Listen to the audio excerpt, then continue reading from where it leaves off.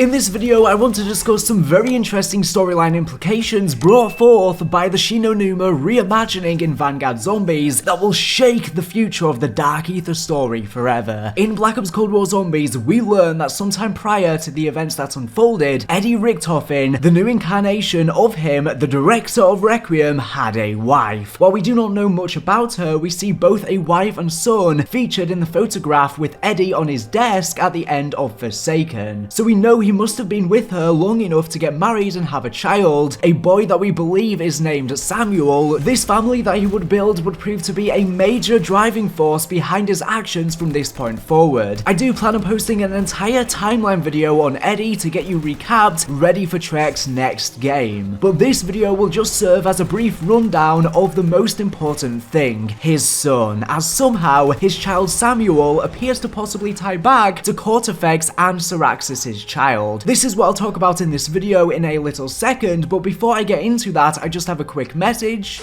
This video has been kindly sponsored by BLOODLINE Heroes of LITHAS. The game's actually just released, so be one of the first to check it out via the exclusive link in the description, to also redeem a gift code for exclusive in-game rewards. New legends will be born. The game has a beautiful art style comprised in traditional Western fantasy with full 3D realistic graphics. It's available on mobile devices, both iOS and Android, so relax yourself with the easy-to-use controls on a vertical screen. BLOODLINE is a unique RPG with gacha gameplay. There is an heir system, collect a variety of legendary champions, pass on your powers and raise heirs with true companions from a vast fantasy world. Choose your path and make your house stronger by uniting clans. In addition, the game features the light elements of sim-style gameplay where you can build your own kingdom and economy. There are a plethora of characters to choose from, but there are a few in particular I want to highlight. Firstly, the champion Karg. He has a dragon transformation skill called a Dragon Descent. He also comes with a 4-star Curran and Karg companion for free upon logging in, and is part of the Lycanis lineage, which is a must-try lineage of werewolves with super cool designs. Secondly, there's an awesome companion Fulgur, the demigods. You can switch between genders of companions freely, level up yourself to unlock more companions for free. The higher your companion's intimacy, the more powerful your offspring. Thirdly, we have the half-blood heir. You can create even stronger offspring by marrying champions. Skills of different clans can be inherited by merging them together. To celebrate the launch, players can now obtain a half-dragonborn, half-demigod heir that has incredible dexterity and strength for 100% free. So yeah, like I said earlier, you can download the game by checking out the link in the description or by scanning the QR code on screen and use my gift code in the description to obtain a random bloodline. Now with rewards worth the equivalent of $20, you get 1 champion token, 100,000 gold, and 100 diamonds.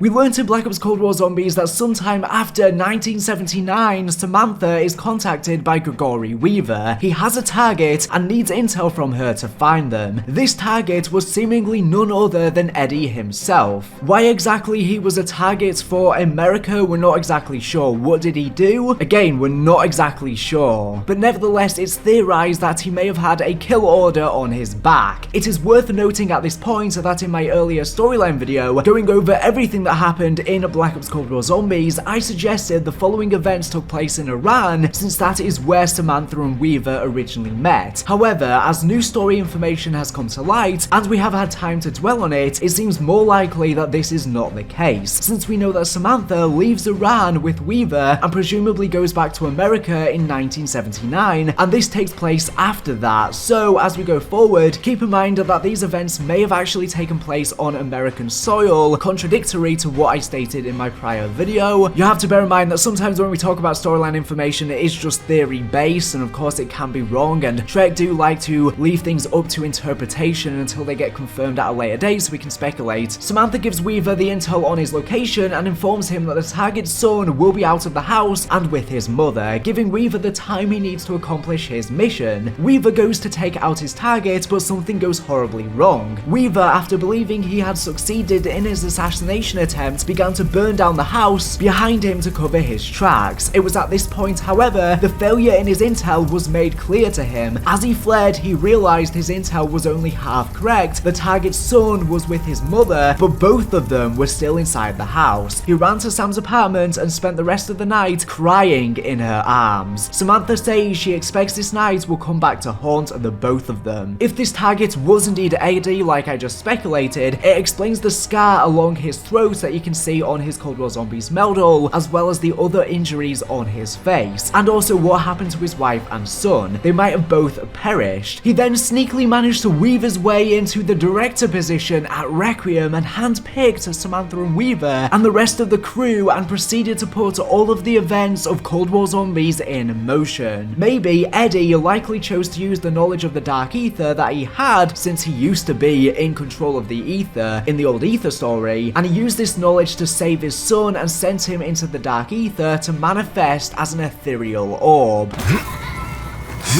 If Eddie didn't manage to do this, I wonder if Samantha could have maybe opened up a portal, or a portal opened up in some other fashion, but that doesn't really make much sense. We don't know exactly how Samuel got into the Dark Aether. All we can do is speculate right now, but it does seem like he somehow got into there. We previously believed that his son may have been trapped inside an artifact, that being a rabbit named Mr. Peaks, who has replaced Samantha's teddy bear in the mystery box and also assisted us with rewards throughout Cold War Zombies and even on Shinonuma Reborn. This rabbit named Mr. Peaks represents the promise to his son that he will rescue him and that Samuel will escape the Dark Aether, based on an old Dark Aether saying from long ago. Well, I can honestly say I never imagined being in this position. I mean, look at us, all body. I'm not going to apologize for all the terrible things I have done, because frankly, I'm not sorry for anything. Yeah, I've had the time of my life! Now I know you'll probably never really trust me, and even now, you'll be expecting me to pull some last-minute rabbit out of a hat. A big rabbit of betrayal. Yeah, no kidding. Thank you, Dennis. I knew I could rely on you. So, do you have a rabbit of betrayal? If I'm honest, I've been expecting one since we all got together. Sadly, no. I am all out of rabbits. Ultimus Richtofen claimed he was all out of rabbits when he didn't have a last-minute moment of betrayal in the ending of Tag der Toten, where they all had to die to reset the universe. The Forsaken is aware of this infamous saying that has clearly echoed throughout the Dark Aether. But all good things must come to an end. As the old Dark Aether saying goes, you're all out of rabbits. Was them or me? Do you know what that means? It means no more escapes. This time, no one gets out alive. Bye-bye. Now it seems that Richtofen does indeed remember this, but this time he does have a rabbit in his hat. This rabbit could be the key to Samuel's survival, keeping him safe in a dark place, and the note describing this just so happens to be burnt, just as him and his mother apparently were. Mr. Peaks is described as living in the boy's hat, and we even see an emote showing Mr. Peaks being pulled from a hat. So this has to be a reference to the quote from Ultimus Richtofen. So what exactly is Richtofen's grand scheme that he's waiting to pull from the hat? And we know that Mr. Peaks has been described as keeping the boy safe in a dark place, that being the Dark Aether. So here's the thing, what if the rabbit, Mr. Peaks, is actually Kortifex-Saraxis' child and not Eddie's son? Mr. Peaks is present in the mystery box in Vanguard Zombies well before the events of Black Ops Cold War and before Samuel seems to have been sent into the Dark Aether. This means that Mr. Peaks can't be anything to do with Samuel himself, although he might be keeping Samuel safe. It's not Samuel itself, it's not his Dark Aether artifacts like we previously thought, as it's been in the Dark Aether since Vanguard Zombies. This would be a big plot twist and would make a lot of sense. Two children,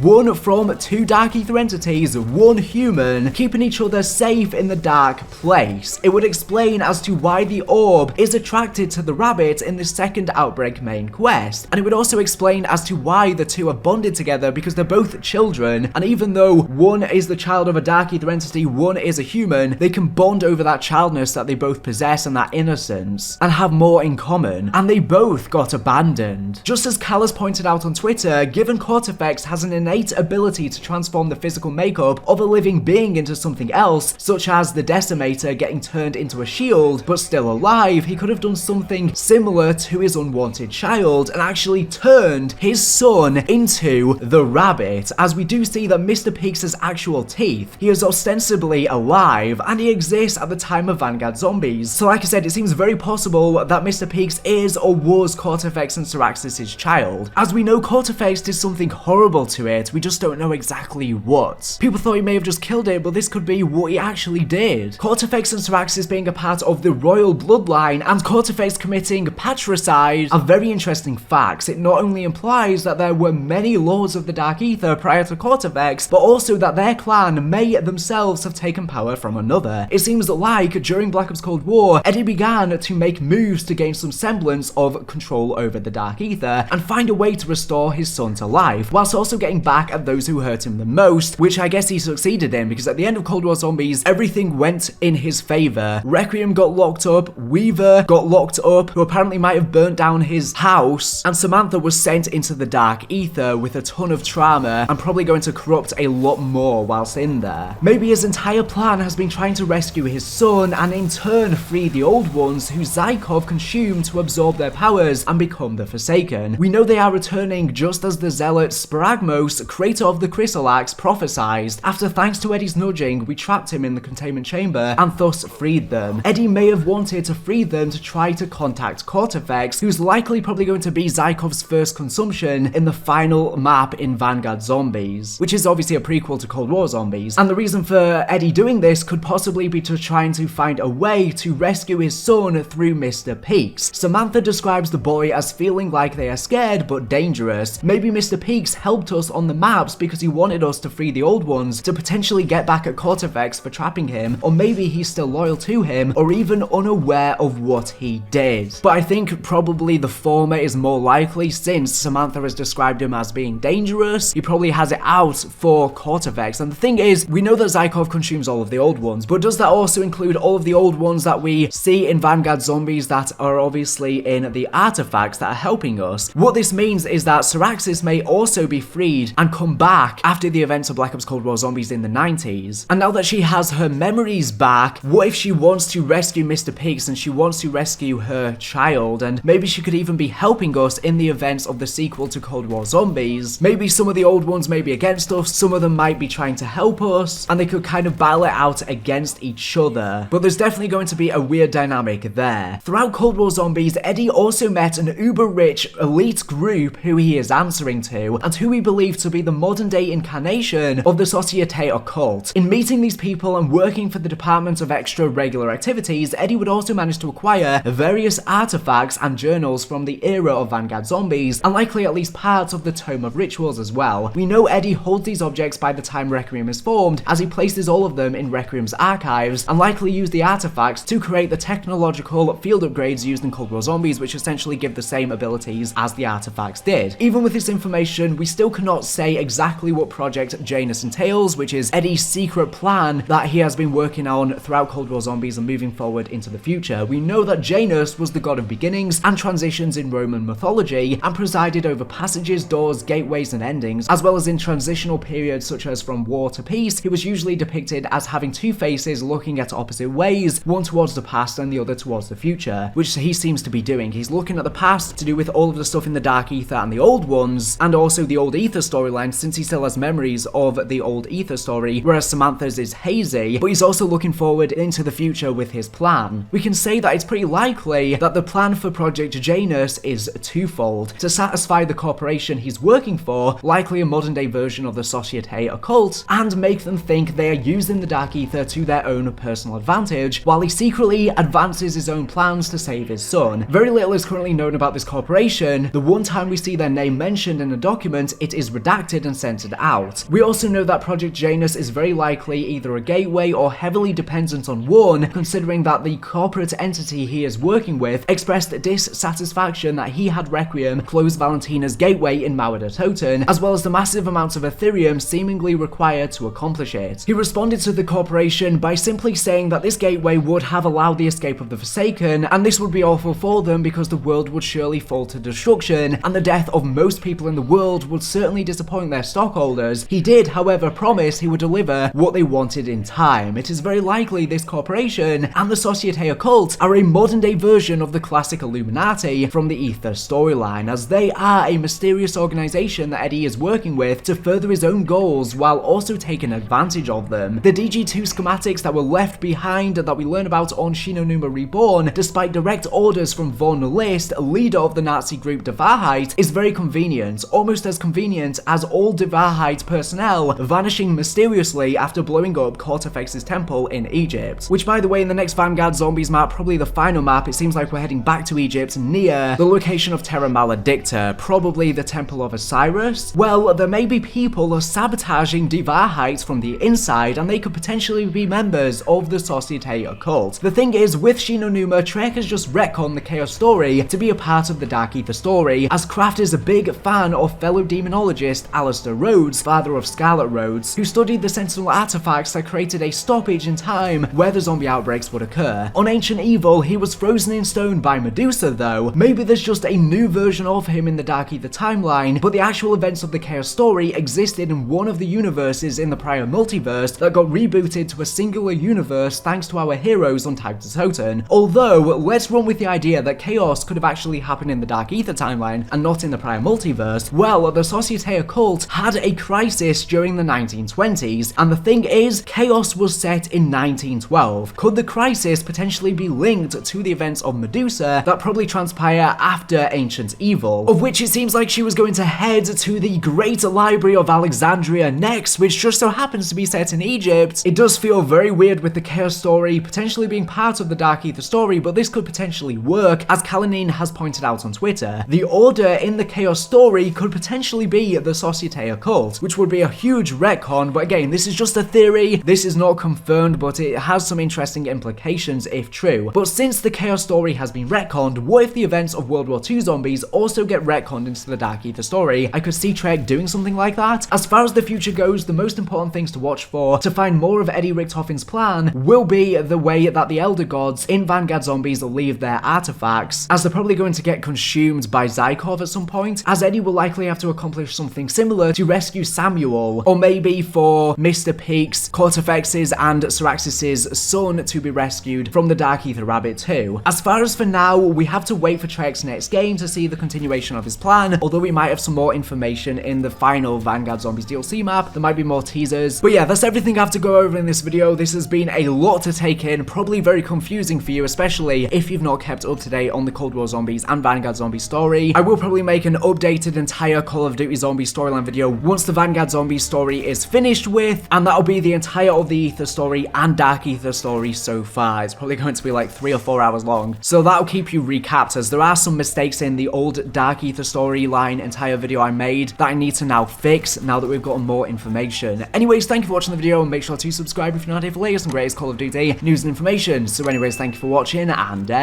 bye.